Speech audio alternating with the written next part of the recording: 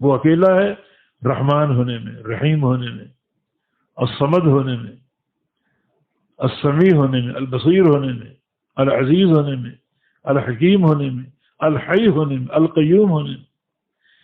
اس صفت کا اجرا، اس نام کا اجرا ساری صفات پر. یہ احد جو ہے یہ ایک عظیم بنیاد ہے اللہ تعالیٰ کی توحید کی. تو جو اس کے افعال ہیں ان افعال میں بھی وہ احد ہے. جو بھی اس کے افعال اور کام ہیں ان تمام کاموں میں، افعال میں بھی وہ احد ہے، کوئی اس کا شریک نہیں. مثلا اس کا فعل نزول، جب رات کا آخری تیسرا پہر باقی بچتا ہے تو اللہ تعالیٰ آسمان اول پہ نزول فرماتا ہے. یہ اس کی صفت بھی ہے اور اس کا فعل بھی. جس کیفیت سے نزول فرماتا ہے وہ معلوم نہیں، مگر وہ اللہ کے ساتھ مخصوص ہے. اس کا نزول مخلوق کے نزول جیسا نہیں ہے.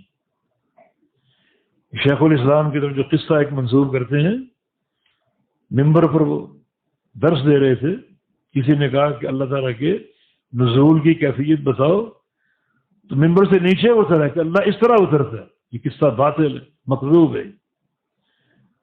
اس کا نزول مخلوق کے نزول جیسا نہیں ہے، لیسا کمثلہ شیء.